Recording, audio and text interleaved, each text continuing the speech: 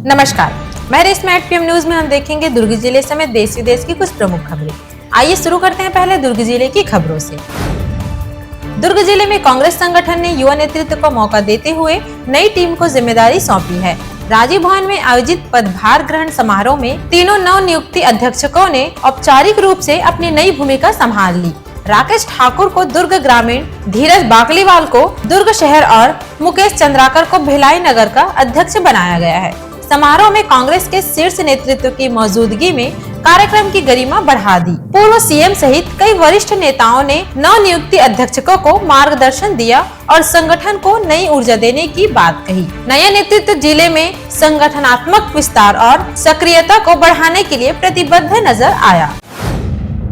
One मंत्री केदार कश्यप के निर्देशानुसार प्रदेश के वन्य अपराधों पर सख्त कार्रवाई की जा रही है। इसी क्रम में दुर्ग जिले के धमधा एवं पाटन वन मंडल में विभागीय टीम द्वारा रात्रि गश्त के दौरान प्रतिबंधित काष्ठों का अवैध परिवहन कर रहे 5 वाहनों को पकड़कर जब्त किया गया है। डीएफओ दीपेश कपिल ने बताया कि नियमानुसार आरोपियों से मुआवजा अधिरोपित करते हुए प्रतिबंधित काष्ठों को राजसात करने की कार्यवाही की जाएगी। उन्होंने कहा कि वन संरक्षण को मजबूत करने के लिए विभाग द्वारा लगातार निरीक्षण, संघन, गश्त और अवैध गतिविधियों पर कड़ी कार्रवाई की जा रही है।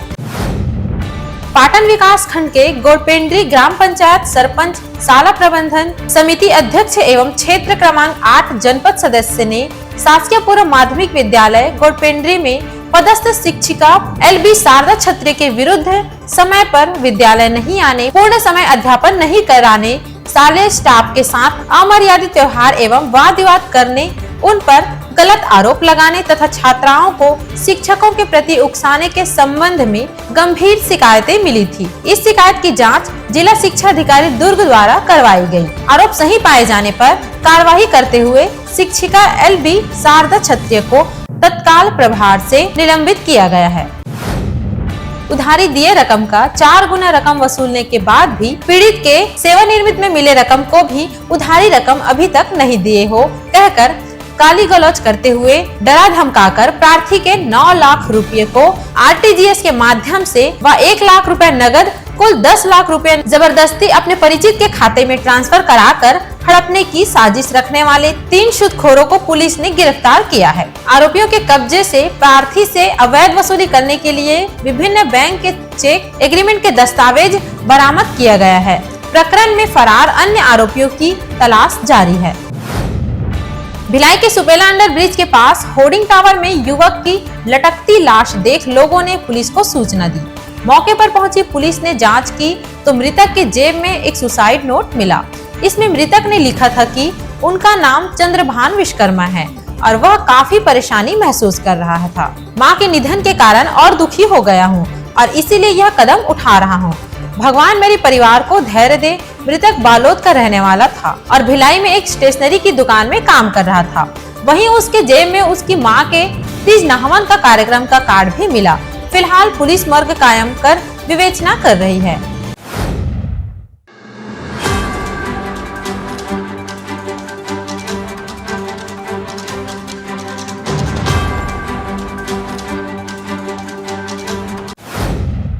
अब नजर डालते हैं प्रदेश की खबरों पर। बलौदाबाजार जिले में अवैध धान भंडारण और परिवहन पर भी कार्रवाई जारी है। कलेक्टर दीपक सोनी ने बताया कि अवैध धान की खपत पर लगातार कार्रवाई की जा रही है। इसके लिए संयुक्त फ्लाइंग स्क्वाड टीम बनाई गई है, जिनमें राजस्व विभाग, खाद्य विभाग, मंडी की टीम संयुक्त रूप से आकर काम कर रही है। कलेक्टर ने स्पष्ट निर्देश दिया है कि खरीदी सीजन के दौरान किसी भी कीमत पर बिचौलियों, अवैध सौदागरों और पुराने स्टॉक को नए धान के रूप में खपाने की कोशिश कर रहे हैं। नेटवर्क को बख्शा नहीं जाएगा। छत्तीसगढ़ के धमतरी जिले के प्रशासन ने महिला पंच, सरपंच, जनपद और जिला पंचायत सदस्यों के काम में उनके परिजनों की दखल पर अब पूरी तरह पाबंदी लगा दी गई है। लगातार ये शिकायतें आती थी कि पद महिलाओं के नाम पर होते हुए भी असल काम उनके पति, भाई या परिजन कर रहे हैं। प्रशासन ने इसे गंभीर माना और अब आदेश जारी किया है कि अगर परिजन महिला प्रतिनिधि के कार्य में दखल देते मिले तो पंचायत अधिनियम के तहत कड़ी कार्रवाई होगी। पंचायत में अब महिलाओं की असली भूमिका दिखेगी और सरपंच पति संस्कृति पर प्रशासन ने सख्त वार कर दिया है। बिलासपुर के सकरी थाना क्षेत्र में रसूखदार युवकों ने देर रात नेशनल हाईवे पर 3 लग्जरी कारों को खड़े कर बर्थडे मनाया। कार के बोनट पर ही केक रखकर जन्मदिन मना रहे युवकों ने सड़क पर आवाजाही रोकने का प्रयास किया। युवकों को ऐसा करते देख आसपास के लोगों ने पुलिस को इनकी सूचना दी। पुलिस की टीम इस मामले में 12 युवकों को गिरफ्तार कर लिया है। इसमें से ज्यादातर युवक प्रभावशाली परिवार से हैं और पहले भी इस तरह की हरकत करते लोगों ने उन्हें देखा है। पुलिस युवकों की ड्राइविंग लाइसेंस को निलंबित करने की कार्रवाई कर रही है। बलरामपुर जिले में एक खतरनाक लापरवाही कैमरे में कैद हुई है। नशे की हालत में ट्रैक्टर चालक बेहोशी की स्थिति में गाड़ी चला रहा था, जबकि 9 साल का मासूम बच्चा स्टीयरिंग थामे हुए ट्रैक्टर को रास्ते पर नियंत्रित कर रहा था। यह वीडियो सोशल मीडिया पर वायरल है और लोग पुलिस प्रशासन पर भी सवाल उठा रहे हैं। अगर बच्चे ने समझदारी नहीं दिखाई होती तो भारी वाहन कमी भी किसी दुर्घटना को जन्म दे सकता था। इसी बीच स्थानीय लोगों ने चालक पर कठोर कार्रवाई की मांग की है। कोरबा जिले में होटल चंदेला में युवती की संदिग्ध लाश मिलने से शहर में हड़कंप मच गया है। बताया जा रहा है कि होटल के कमरे में लड़की एक युवक के साथ रुकी हुई थी। दोनों कोरबा में एक शादी कार्यक्रम में शामिल होने की बात कहकर होटल में ठहरे थे। घटना के बाद से युवक फरार है। घटना की जानकारी मिलते ही पुलिस ने इस मामले में अपराध दर्ज कर फरार युवक की पतासाजी करने के साथ ही मामले की जांच शुरू कर दी है। युवती की मौत कैसे हुई इसका खुलासा नहीं हो सका है।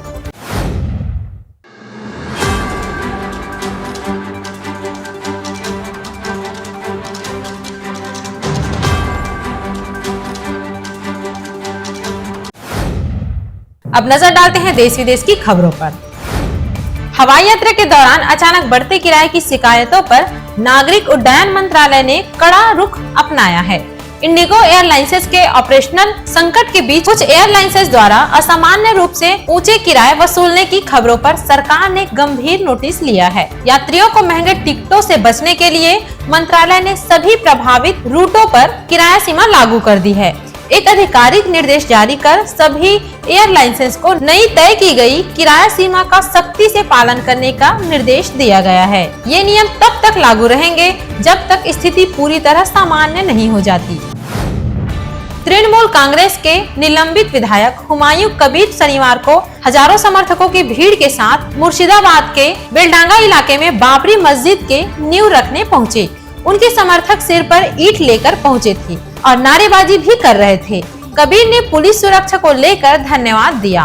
साथ ही पश्चिम बंगाल की मुख्यमंत्री ममता बनर्जी पर बाबरी मस्जिद को लेकर जमकर निशाना साधा। हुमायूं कबीर ने बाबरी मस्जिद की शैली में बनने वाली मस्जिद को शिलान्यास से पहले लोगों को संबोधित करते हुए कहा, मैं सरकार से 1 रुपया नहीं लूंगा, इसके लिए 80 करोड़ जुटाए जाएंगे। उन्होंने कहा कि यदि मैं सरकारी धन लूंगा तो बाबरी मस्जिद की पवित्रता पर असर पड़ेगा। बिहार के समस्तीपुर सदर अस्पताल में स्वास्थ्य व्यवस्था की गंभीर लापरवाही सामने आई है। अस्पताल के इमरजेंसी वार्ड के भीतर करीब 15 से 20 मिनट तक एक कथित भगत द्वारा खुलेआम झाड़ फूक किए जाने का मामला उजागर हुआ। यह पूरा वाकया सोशल मीडिया पर तेजी से वायरल हो रहा है, जिसमें भगत मरीज के बाजू में बैठकर मंत्र पढ़ते झाड़ फूक करते नजर आ रहा है। हैरानी की बात यह है कि मौके पर मौजूद नर्सिंग स्टाफ और सुरक्षा कर्मियों में किसी ने भी उसे रोकना जरूरी नहीं समझा। इधर सदर अस्पताल के डीएस डॉक्टर गिरीश ने बताया कि सुरक्षा में लगे कर्मियों को तलब किया गया है। अस्पताल परिसर में इस तरह का वाकया बर्दाश्त नहीं किया जाएगा। जापान दौरे के चौथे दिन पंजाब के मुख्यमंत्री भगवंत सिंह मान के ओसाका में आयोजित रोड शो को भारी प्रोत्साहन मिला। प्रमुख जापानी कंपनियों ने रोड शो में भाग लिया और प्रदेश में निवेश करने में गहरी दिलचस्पी दिखाई। इस दौरान मुख्यमंत्री ने कहा कि इन बड़ी औद्योगिकी कंपनियों की साझेदारी भारत जापान आर्थिक संबंधों को मजबूत करने के लिए मजबूत समर्थन को दर्शाती है। भगवंत सिंह मान ने कहा कि प्रदेश सरकार का लक्ष्य हमारे युवाओं के लिए नए अवसर पैदा करना है और निवेशकों के लिए एक स्थिर तथा विश्वसनीय वातावरण तैयार करना है। पाकिस्तान और अफगानिस्तान के बीच का तनाव थमने का नाम नहीं ले रहा है। अफगानिस्तान की ओर पाक के हमले एक बार फिर से शुरू हो गए।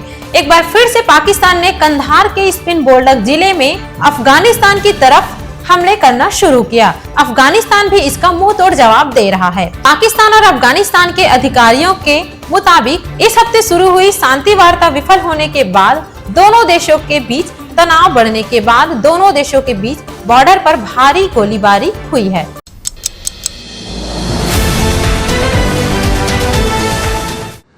This program is sponsored by SR Hospital and Research Center.